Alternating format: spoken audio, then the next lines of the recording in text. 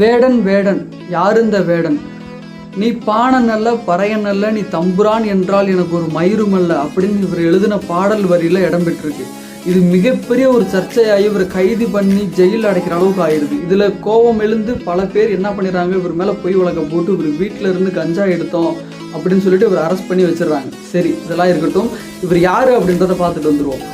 இவங்க தாயார் ஸ்ரீலங்கா தமிழ் வழியை சேர்ந்தவங்க, இவர் தந்தை கேரளாவை சேர்ந்தவங்க.